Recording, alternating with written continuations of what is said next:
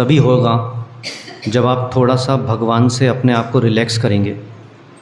क्योंकि मंदिर आने के बाद अगर आपकी आँखों के सामने भगवान हैं लंबे समय तक, तो भगवान भी आपको अपने में लीन नहीं होने दे रहे हैं, वो भी परद्रव्य है।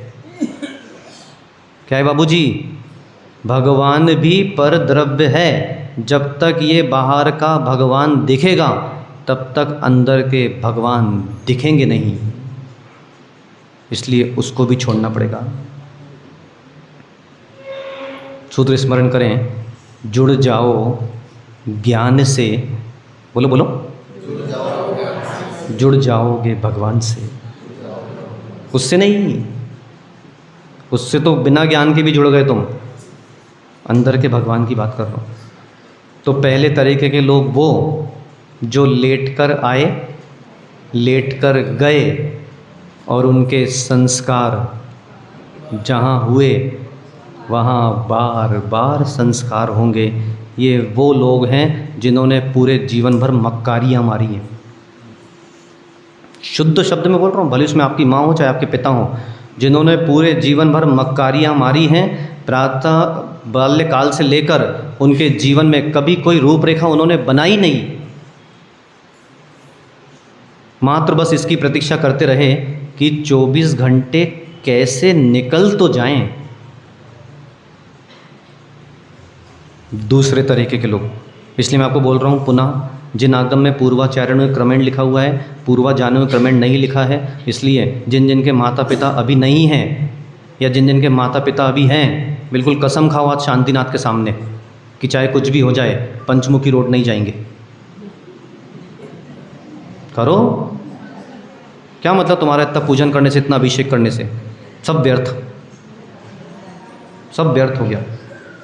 क्योंकि आप जीवन में कितना ही कुछ कर लो, अंत में आदमी वही देखता है कि ये बाजार नंबर 1 पंचमुखी रोड जाने से बचे कि नहीं बचे,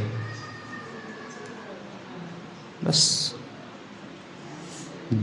तो पहले तरह के लोग वो होते हैं जिन्होंने अपने जीवन में मात्र अंदर से परिणामों को अशुद्ध रखा है और जीवन में कभी भूमिका बना ही नहीं पाए, अपने एटीट्यूड में जीवन जीते रहे और अंत समय में परिवार को दुखी कर कर चले गए।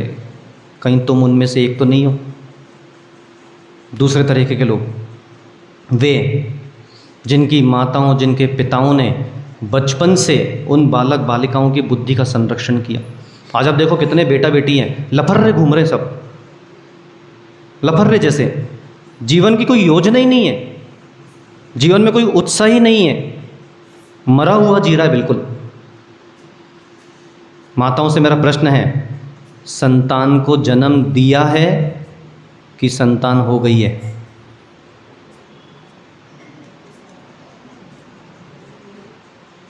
धक्का लगना चाहिए सुनकर। संतान को जन्म, पुरुषों, संतान को जन्म दिया है कि संतान हो गई है? गंभीर निर्णय है।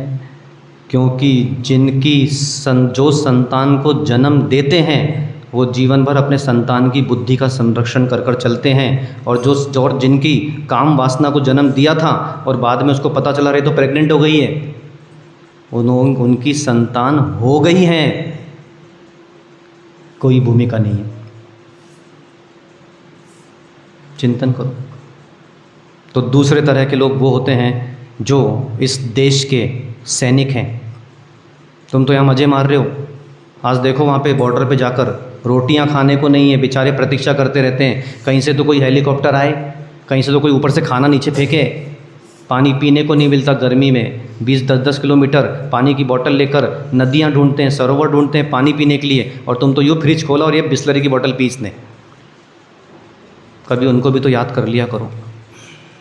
देश के सैनिक, हमारे योद्धा जो अपने परिवार को छोड़ के आप लोगों के लिए रक्षा कर रहे हैं वहाँ पर। दूसरे वे जो जो जो देश के बहुत बड़े संगीतकार हैं, पूरे 800 करोड़ की जनता उनके संगीत को सुनकर आज उनको शांति मिल रही है, उनके तनाव कम हो रहे हैं। तीसरे वे जो देश का बहुत बड़ा क्रिकेटर है, आज 800 करोड़ जनता क्रिकेट देखती है, चौथा वो जो देश का बहुत बड़ा वैज्ञानिक है या जिन्होंने विश्व स्तर पर कोई बहुत बड़ा कार्य किया है, देश का प्रधानमंत्री, देश का राष्ट्रपति, ये सब लेट कर आए थे, लेकिन लेट कर जाएंगे। और जिस दिन लेट कर जाएंगे इनके ऊपर कफन नहीं होगा, इनके ऊपर भारत का ध्वज होगा।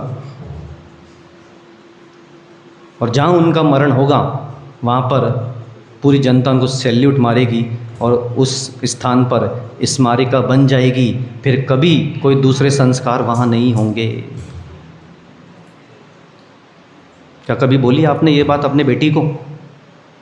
क्या कभी बोली आपने ये बात अपने बेटे को कि बेटा मैं तेरा ये मरण चाहती हूँ? आपने बोली नहीं होगी।